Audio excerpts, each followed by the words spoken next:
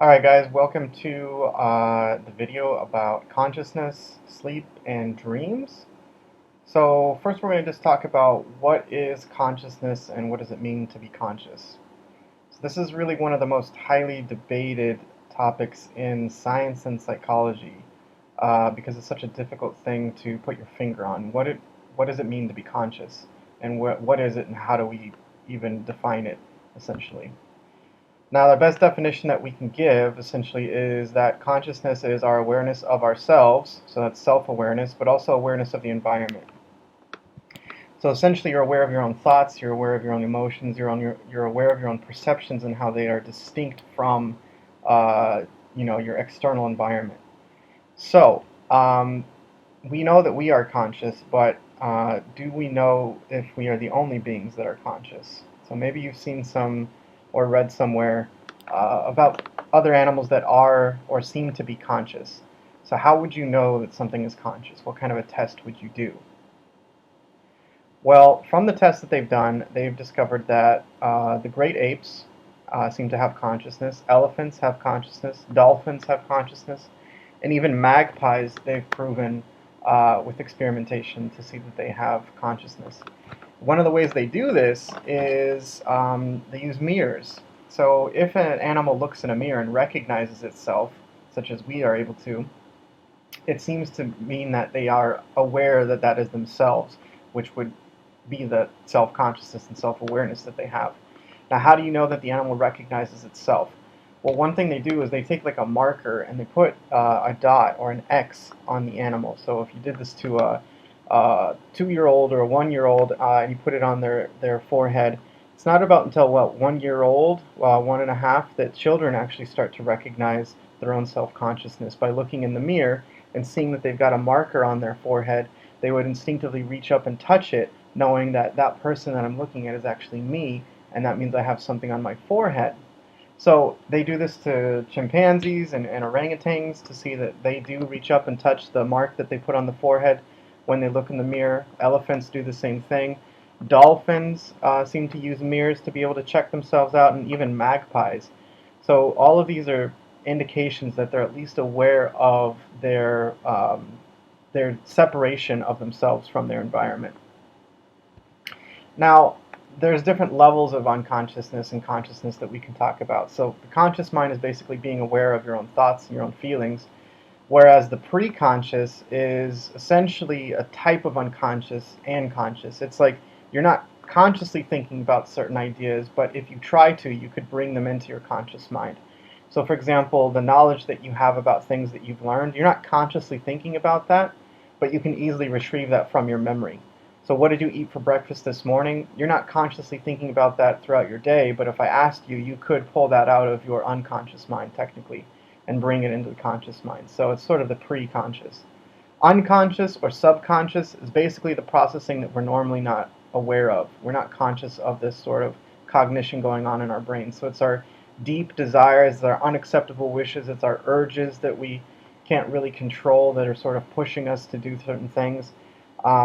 This is essentially what Freud thought is causing the conflicts that we have, these unconscious things going on.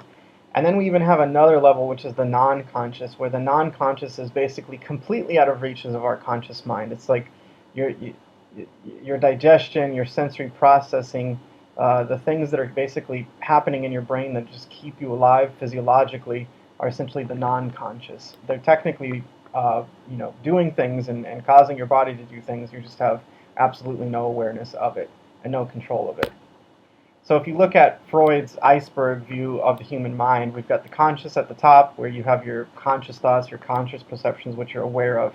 That pre-conscious is like just below the surface of the water, where you can still sort of look and see that part of the iceberg, and if you wanted to, you could pull out those memories and those stored knowledges that you have. And then the unconscious is, again, that part of the mind that is just untouchable, the wishes that you have, the selfish needs that you have, basically the id part of your mind, according to Freud, which is the unconscious. Now, we don't necessarily believe everything Freud said about the unconscious mind is true, with all those violent motives and sexual urges that you've got that cause your conscious mind to act out in different ways. But we do know that the unconscious mind does have an influence on us in some way. So, one way that we know that the unconscious mind is processing things is the idea of selective attention. So, selective attention is really the idea that we're conscious of only what we can put our focused attention on, while the unconscious mind is sort of paying attention to the rest, but it's not sort of telling the message to the conscious mind. So, of all the stimulus happening around you right now, you're aware of my voice and listening to it. And your selective attention is on my voice while you're probably blocking out those other distractions, like the sound of the air conditioner or the sound of your brother playing video games in the other room. Now, the idea is that consciously you're not aware of those, but your unconscious mind probably is picking up on some of this stimulus information coming into the brain. It's just not telling your conscious mind what's going on. One of the ways that we can see this is something called the cocktail party effect. So when you're in a party with many people, you're talking face to face with someone, you're able to focus on the voice that is right in front of you and ignore all of the other conversations around you. So you're literally blocking out what everyone else is saying. You have no idea what they're talking about so that you can focus on the conversation in front of you. But what's interesting is that sometimes if someone says your name, it's like the unconscious mind has been listening to all of these conversations, and once it hears your name, it says, "Hey, you need to pay attention to this because someone wants your attention," and it directs that stimulus of hearing your name to the conscious mind, and the conscious mind turns and looks. Right? It's like you didn't hear any of the other conversation, but you heard your name. So it's almost like the unconscious mind is processing that information, but your conscious mind is just not privy to it. So there's also the idea of dual processing, which sort of shows this idea of the unconscious mind at work. So we have the conscious and the unconscious mind processing things separately but at the same time. Again, the cocktail party effect is almost an example of that. But we also have weird examples of where people have had brain damage to the occipital lobe, which obviously is going to prevent them from being able to see. Now their eyes might be fine, so they're actually bringing information into the brain about sight and vision, but the brain is not processing it in a conscious way. So what is interesting about these people who have something called blind sight is that they have brain damage that prevents them from processing what their eyes are seeing. So they are not consciously seeing anything, but their brain is still receiving that information. So what they have these people who have damage to that part of the brain, the occipital cortex, the visual cortex, walking down a hallway, and they put objects in front of them to see what they do. And the person is consciously blind by saying that they cannot see anything, but their unconscious mind seems to be seeing the things in front of them, and they will actually walk around these objects. They don't know why they're turning their body, they don't know why that they're moving in that direction necessarily, but the unconscious mind is directing them to do that. So it's almost like part of their brain is seeing those things while the conscious brain is not seeing those things and not able to talk about seeing those things. Really wild that the unconscious mind is sort of, again, able to process things that maybe the conscious brain just isn't. We also see this in the idea of subliminal stimulus. So we've talked a little bit about subliminal messages and stuff like this. Below your perception of able to say, I consciously am aware of this stimulus, that's something that's subliminal. It's below your conscious awareness. But there is evidence to say that sometimes subliminal stimuluses do affect our conscious decisions. That if we experience a subliminal message, it does have a measurable effect on your conscious behavior. So all of this is indication that we do have this unconscious mind and conscious mind doing things almost simultaneously but separately. Now there's different levels of consciousness we can talk about. There's dreaming and daydreaming, which are considered different levels of consciousness. That's sort of a spontaneous consciousness that we can talk about. There's a physiological consciousness that we can talk about. So altering your consciousness using drugs or hallucination is basically a different level of consciousness.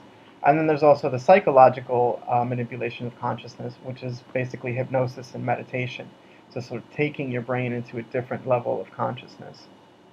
Now, what we're going to focus on today is a specific type of consciousness or unconsciousness, which we all do, and some of us actually do too much, and we do it in class sometimes, which is sleep. So we're going to talk about why do you sleep, what influences sleep, what are the levels of consciousness of sleep, and what are some of the main disorders that are associated with sleep. This is the main area that we need to understand for this unit, essentially. So let's do a little test to see if you know about some knowledge with sleep. Now, there's something interesting about dolphins. How do mammals like dolphins sleep if they must still continue to swim to come up to the surface to breathe in order to avoid predators?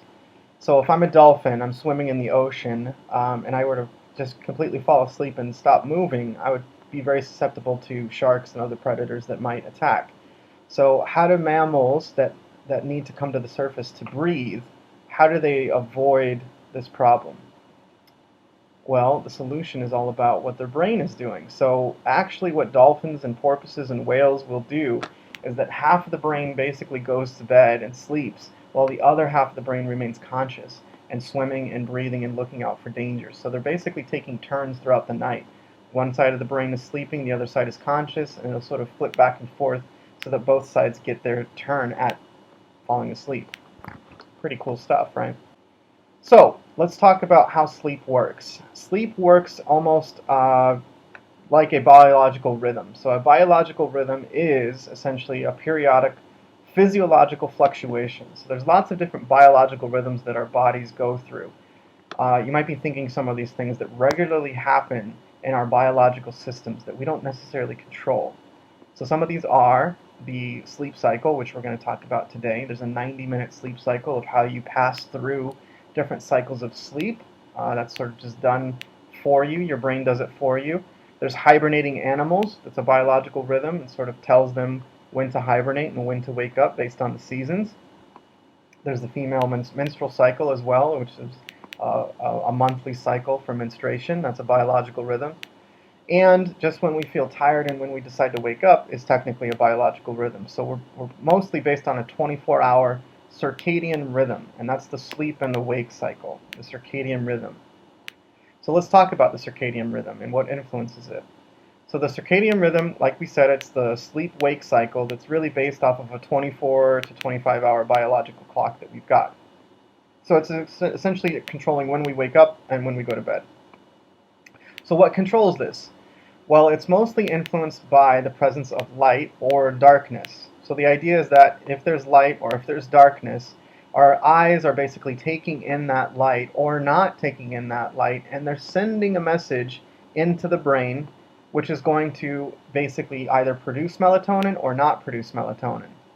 So the idea is that when there is no light present, and so there's no message of light going into the brain, the eyes are not sending a message of light into the brain, that's going to produce melatonin. So when it's dark outside, essentially, you're going to produce melatonin. When it's light outside, you're not going to produce melatonin. So melatonin is the primary hormone for the brain that causes drowsiness and sleepiness. You actually take this as a sleep aid sometimes if you're having trouble sleeping. You can take melatonin to help you go to bed, help you feel tired. Orexin is the opposite. So orexin is basically released when we have light hitting the eye, and orexin is the wakefulness hormone. So it sort of stimulates the brain to be aroused and turn on.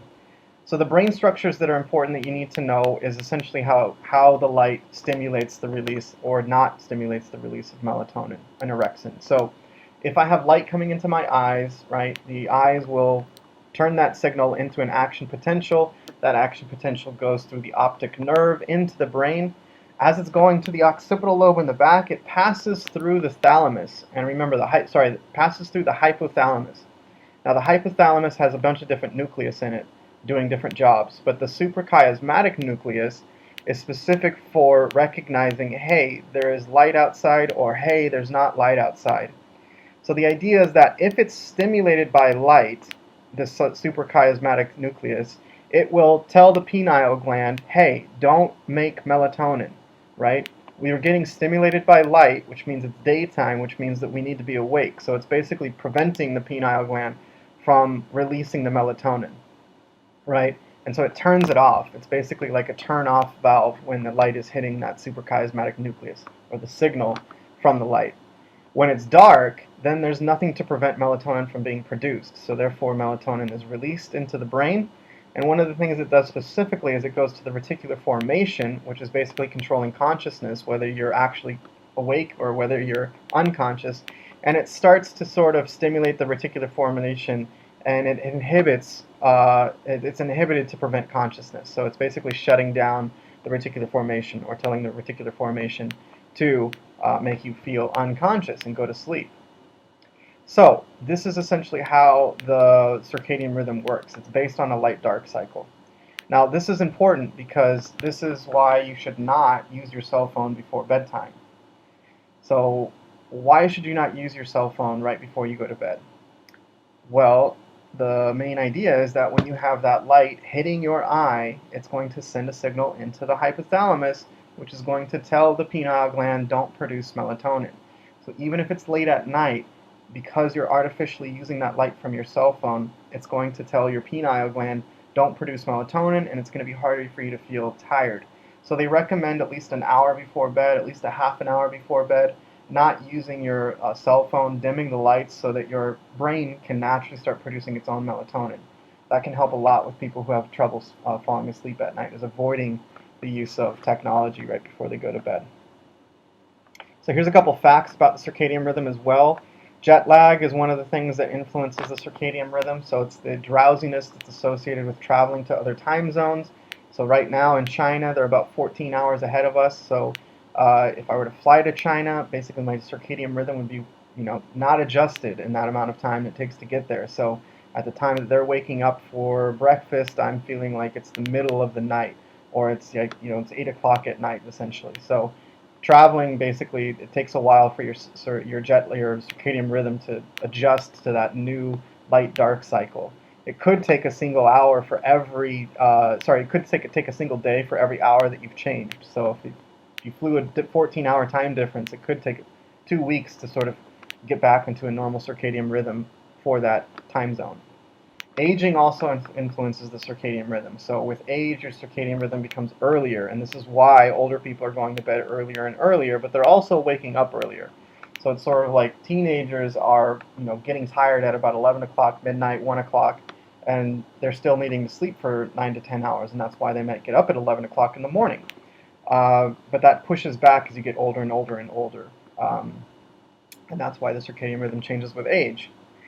Now, a third of your lifetime you spend sleeping. That's about 25 years of your life if you live to be an average of 75 years. It's quite a lot of time that you spend laying down, right? And 6 of those 25 years you're actually dreaming. And like we talked about, sleep varies. So if you need sleep for different ages, we're looking at 20 hours for infants. So newborns are sleeping about 20 hours a day. They're basically just feeding and sleeping and pooping. Lots of sleep, and we're going to talk about why infants are sleeping so much. For teenagers, it's about 8 to 10 hours, and for adults, it's about 7 to 9. Now, most people are sleep deprived when we look at the actual amounts of sleep that they need, especially teenagers. We see that teenagers struggle to get as much sleep as they really should, which could have a really negative effect on their brain development. You get about 100,000 dreams over a typical lifetime, so we see sleep is a super important part of life. So invest in a nice pillow and invest in a nice mattress, because you're spending about a third of your life dreaming and sleeping.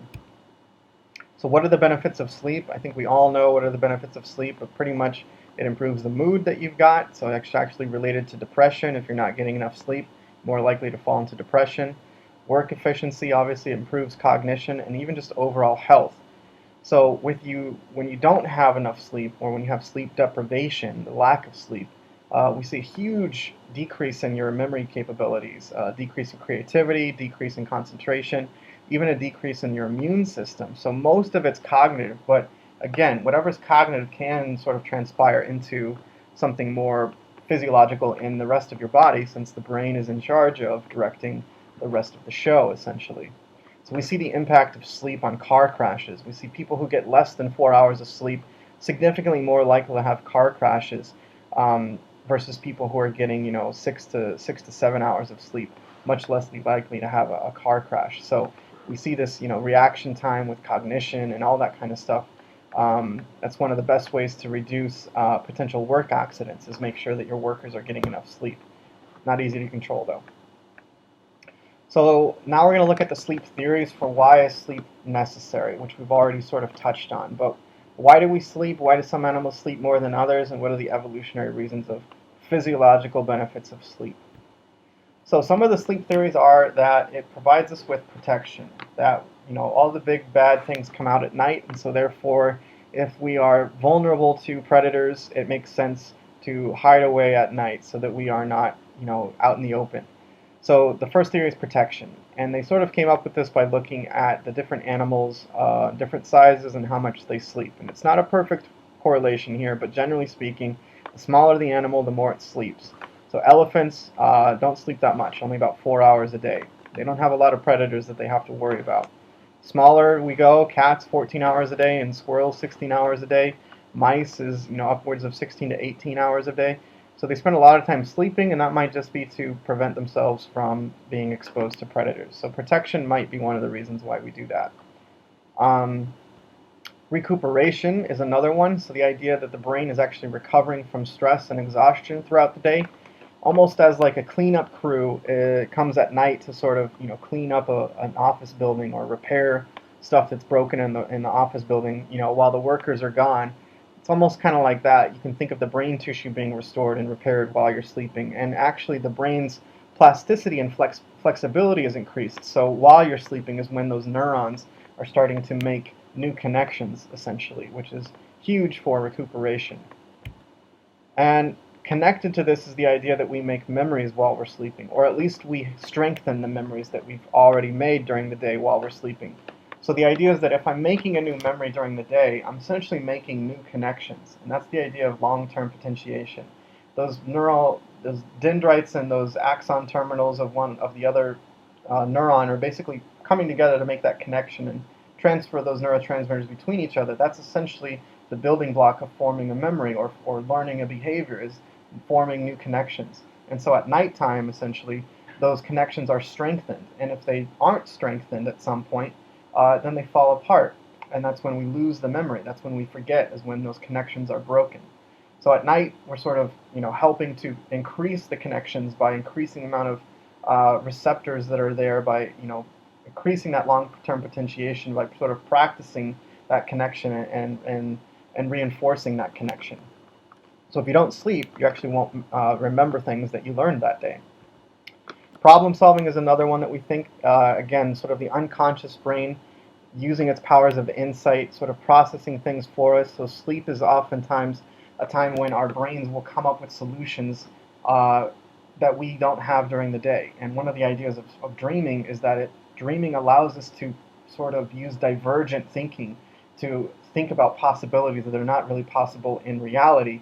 And by doing that, we're sort of almost trying to solve the problems that we went about through that day, and trying to understand and analyze and process these things in an unconscious way. That's one of the reasons why we think we might dream. Because some people wake up with a solution that they have actually dreamt about. So it's sort of a way of our brain getting a creative outlet from reality that might help us solve problems that we didn't think of while we were awake. The other idea is that sleep is important for growth. Now, this is just a fact that the pituitary gland mostly releases growth hormones while we're asleep. So essentially, it's really important for the growth process, whether we're talking about brain development or just physical height and weight. Basically, that's one of the reasons why infants are sleeping so much, is because their brains are developing so quickly at that early stages of life, and that's why they need 12 to 18 hours of sleep as youngsters. And as we get older and older and older, we stop growing, and our brains essentially stop developing as well. And so at about after puberty, we sort of reach this peak of development, and we don't really need to have that much more sleep just because we're getting older, because we're not getting bigger.